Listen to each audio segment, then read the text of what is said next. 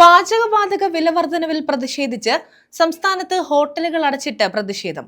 Hotel and restaurant അസോസിയേഷന്റെ നേതൃത്വത്തിലായിരുന്നു പ്രതിഷേധം. സംസ്ഥാനത്ത് ഹോട്ടലുകളും റെസ്റ്റോറന്റുകളും ബേക്കറികളും ഉൾപ്പെടെ പ്രവർത്തിച്ചില്ല.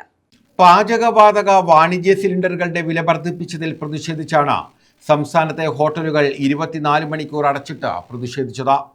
കേരള ഹോട്ടൽ ആൻഡ് റെസ്റ്റോറന്റ് അസോസിയേഷന്റെ ആഹ്വാനപ്രകാരമായിരുന്നു പ്രതിഷേധം. ഇതേ തുടർന്ന് സംസ്ഥാനത്ത് ഹോട്ടലുകൾ, റെസ്റ്റോറന്റുകൾ, ബേക്കറികൾ, ക്യാൻറ്റീനുകൾ എന്നിവ അടഞ്ഞുകിടന്നു.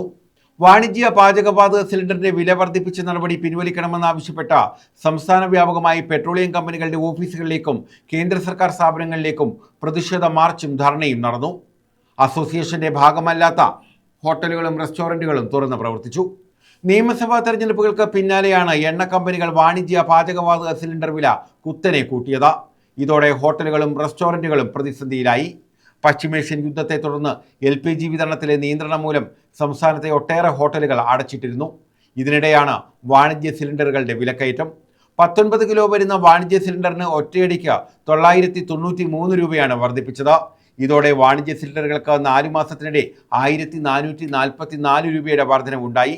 നിലവിൽ കൊച്ചിയിൽ സിലിണ്ടറിന് 3085 രൂപയും, തിരുവനന്തപുരത്ത് 3106 രൂപയും, കോഴിക്കോട് 3117 രൂപയുമാണ് വില. മാർച്ച് ആദ്യം ഏകദേശം 115 രൂപയും ഏപ്രിൽ 1-ന് 200 രൂപയും കൂട്ടിയിരുന്നു. ഇതിന് പിന്നാലെയാണ് 993 രൂപയുടെ വർധനവുണ്ടായത്.